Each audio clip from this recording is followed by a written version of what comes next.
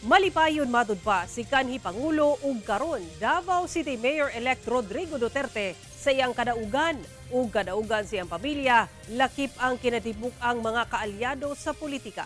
Atong sano ng detalye niini sa live report ni Argil Relator. Argil.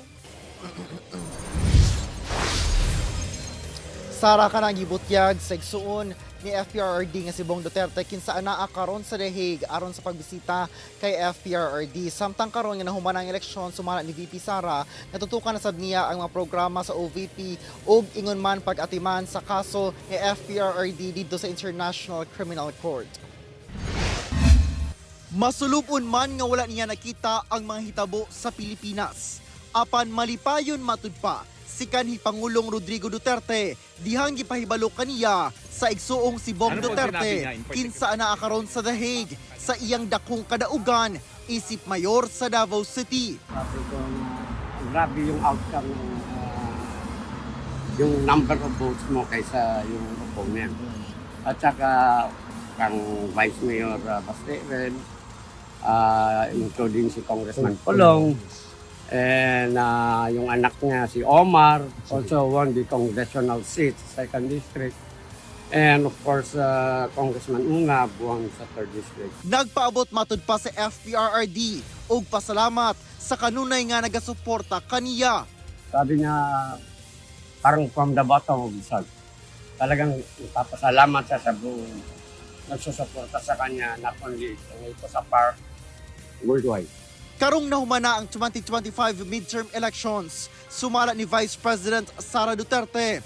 Dungan matud pa niyang atimanon ang pagpatuman sa mga proyekto sa Office of the Vice President ug ang pagtutok sa kaso sa iyang amahang si FPRRD sa International Criminal Court.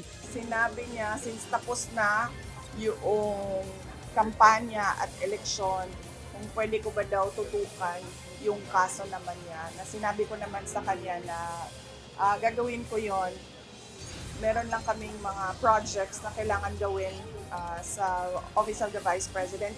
Sumala ni VP Sara, wala pa'y na-file nga petisyon alang sa interim release ang mga abogado ni FPRRD ngadto sa ICC. Because they need more documents for submission to the court at ayaw nilang mag-submit ng kulang-kulang na documents. Ayaw ng abogado ng ganun. Gusto niya kompleto yung IR petition, interim release petition niya with supporting documents at ginagawa pa nila yun.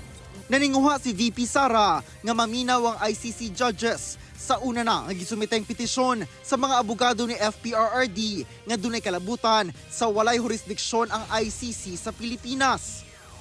Sa May 31, sa mismong birthday ni VP Sara, duna matud pa'y ginaplano nga ICC send him home rally nga ipahigayon didto sa The Hague. Nakatakdang mo biyahe pabalik og The Hague si VP Sara aron didto siya magsaulog sa iyang birthday aron makauban ang iyang amahang si FPRRD ug inahan nga si Elizabeth Zimmerman. Sara dugang ni VP Sara nga sumala matud pa sa lawyer dito sa ICC nga once makuha na nila ang proclamation papers ni FPRRD pag istoryahan nila pagbalik no kung paunsa maka-take oath si FPRRD isip mayor sa Davao City. Sara. Okay, dagang salamat Argil Relator.